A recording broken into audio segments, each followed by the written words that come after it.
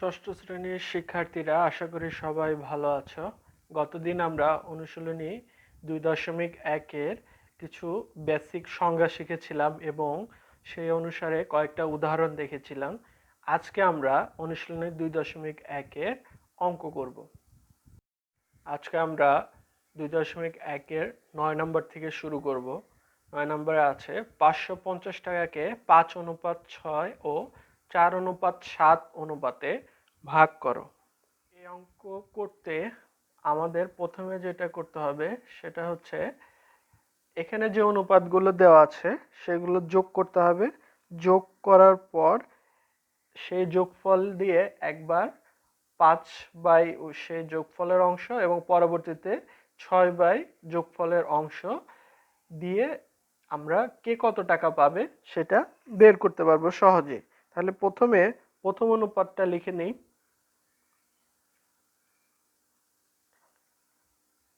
প্রথম অনুপাত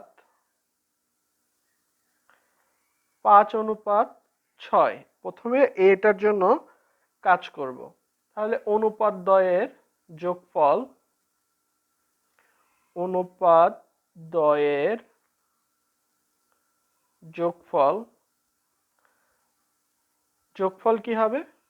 5 যোগ 6 সমান সমান 11। তাহলে আমরা যোগফল বের করে নিয়েছি।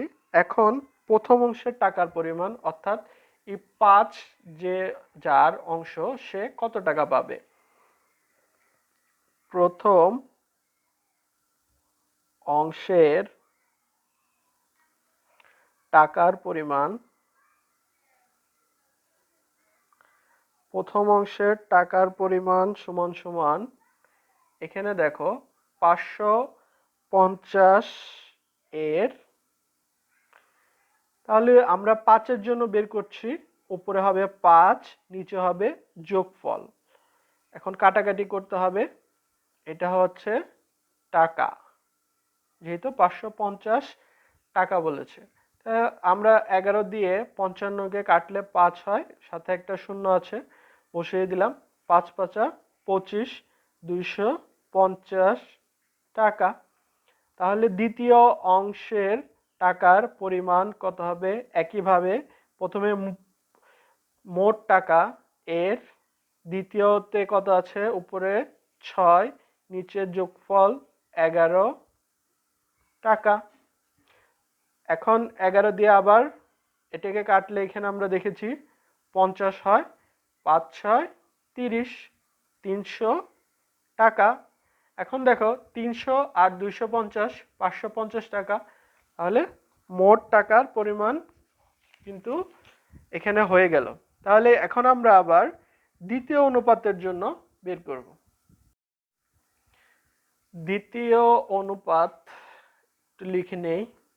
দ্বিতীয় অনুপাত হচ্ছে 4:7। অনুপাত দ্বয়ের যোগফল, অনুপাত দ্বয়ের যোগফল কত হবে? 4 যোগ 7, তাও কত আসলো? 11।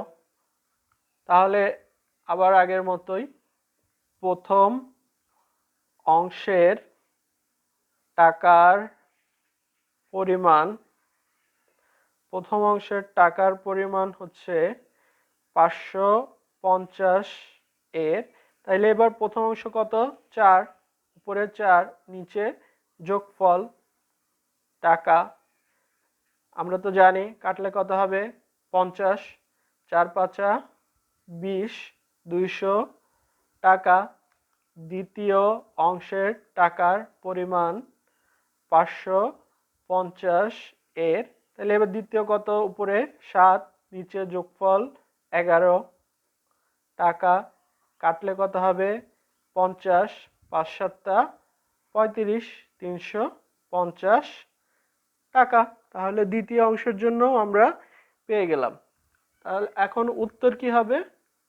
উত্তর 250 টাকা ও 300 টাকা প্রথমটার জন্য এবং 200 টাকা ও 350 টাকা। দ্বিতীয়টার জন্য তাহলে এটাই হচ্ছে আমাদের উত্তর। এখন 10 নম্বর অঙ্কটা দেখো, পিতা ও পুত্রের বয়সের অনুপাত 14:3। পিতার বয়স 56 বছর হলে পুত্রের বয়স কত?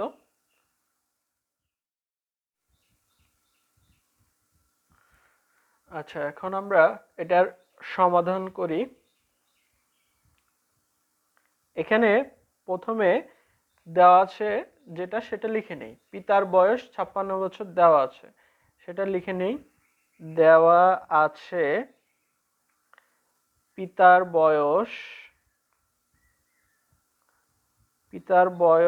56 বছর। এখন এখানে দেওয়া আছে পিতা পুত্রের বয়সের অনুপাত 14:3। তাহলে আমরা লিখতে পারি পিতার বয়স অনুপাত পুত্রের বয়স সমান সমান 14:3। এটা দেওয়া আছে এখানে। এরপর আমরা এর আগে শিখেছি অনুপাতকে কিভাবে ভগ্নাংশ আকারে লিখতে হয়। অনুপাতের প্রথমটাকে উপরে লিখতে হবে, পিতার বয়স অনুপাত পুত্রের বয়স, অর্থাৎ অনুপাতের পরেরটা ভগ্নাংশের নিচে হবে। তাহলে এখানেও তাই, প্রথমটা উপরে যাবে ভাগ, দ্বিতীয়টা নিচে আসবে। এখন দেখো আমার দরকার কার বয়স? পুত্রের বয়স, ঠিক আছে? তাহলে আমরা এরপরে আর গুণন বা কোনাকুনি গুণ করে সে অংশটা করতে পারি, বা চাইলে ব্যস্ত অনুপাত করেও এটা করতে পারি। আমরা এখানে ব্যস্ত অনুপাত করে করব, যেহেতু এটা আমাদের এই অধ্যায়ে আছে। আমরা কি করব, পুত্রের বয়স উল্টে দিব, সোজা কথা। পুত্রের বয়স এখন উপরে লিখলাম, পিতার বয়স নিচে লিখলাম, তাহলে এখানেও একই হবে। পুত্রের বয়স, এখানে পুত্রের অনুপাত উপরে যাবে, পিতার অনুপাত নিচে আসবে। তাহলে আমরা এই অংশটা কি করলাম? এই অংশটা হচ্ছে যে ব্যস্ত অনুপাত করলাম। তারপর এখন দেখো কোনাকুনি, আমি যদি পিতার বয়সটা এই 3-এর সাথে গুণ করে দেই তাহলেই পুত্রের বয়স পেয়ে যাব। কোনাকুনি গুণ করে দেব, পুত্রের বয়স সমান সমান, তাহলে 3 ইন্টু পিতার বয়স, 3 ইন্টু পিতার বয়স, এটাকে কি করতে হবে? 14 দ্বারা ভাগ, অর্থাৎ এখানে যা আছে তাই লিখলাম। পিতার বয়স যদি আমরা কোনাকুনি গুণ করতে চাই এটার ক্ষেত্রে, তাহলে কি হবে? এটা 3-এর সাথে গিয়ে গুণ হবে, যেহেতু এটা নিচে আছে, নিচেরটা উপরের সাথে গুণ হয়, এখানের উপরেরটা এটা নিচের সাথে গুণ হয়। যেহেতু আমার এখানে পুত্রের বয়স বের করতে হবে, সেজন্য আর এটার সাথে এটা গুণ করছি না। তাহলে এখন আমরা পিতার বয়স জানি, পিতার বয়স কত?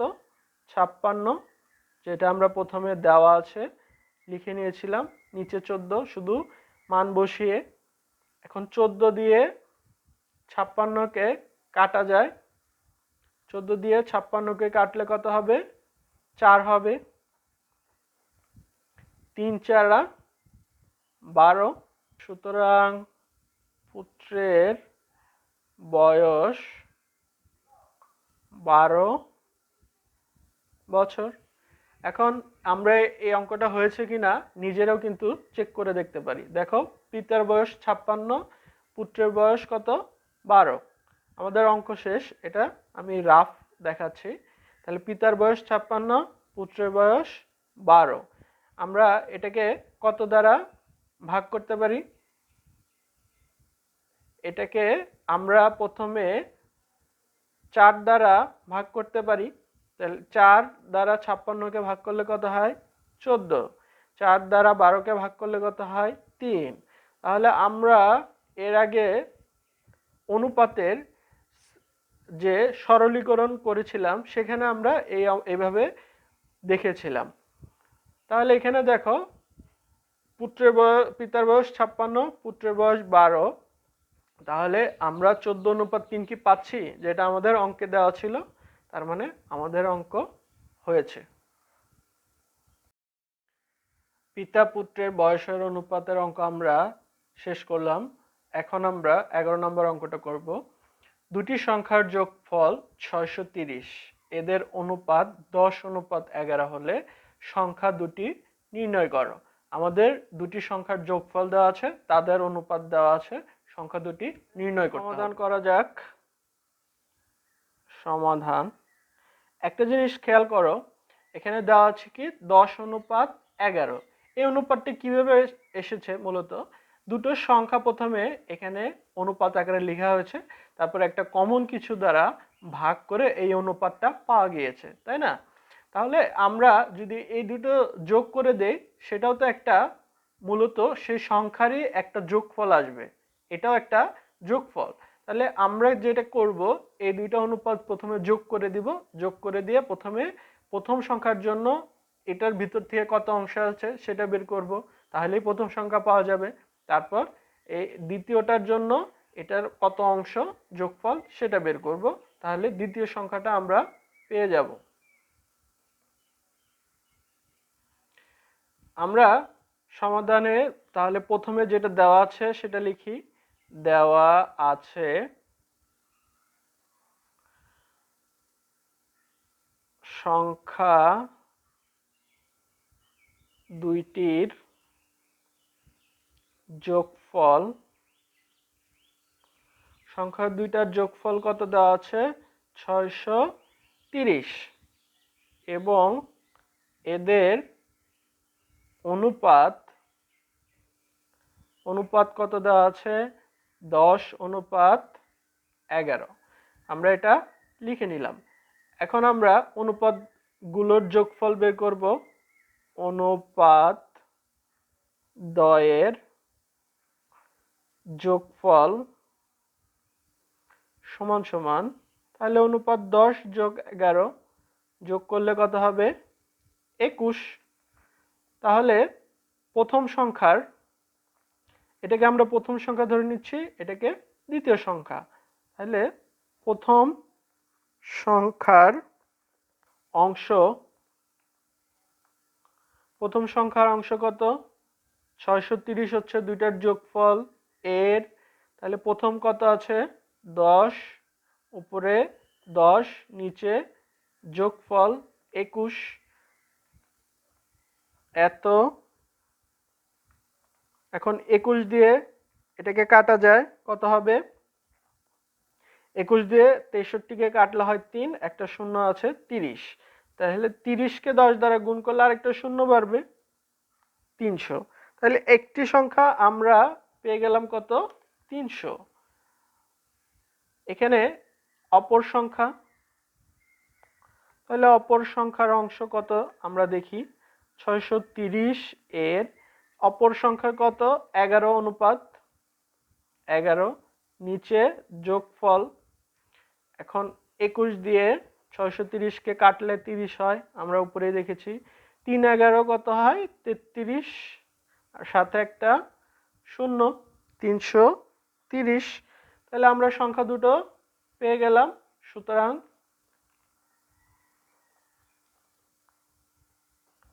সংখ্যা দুইটি 300 ও 330।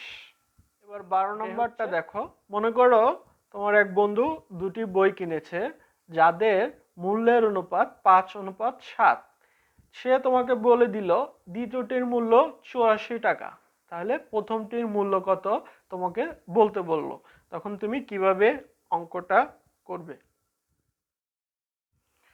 তাহলে এখন দেখা যাক আমরা কিভাবে তোমার বন্ধুকে দ্বিতীয় বইটির মূল্য বলে দিতে পারি। আমাদের একটু আগে পিতা পুত্রের যে অঙ্কটা করেছিলাম, এটা অনেকটা সেরকমই। দ্বিতীয়টির মূল্য দেওয়া আছে, আমি সেটা আগে লিখে নেই। দেওয়া আছে দ্বিতীয়টির মূল্য, বা দ্বিতীয় বইয়ের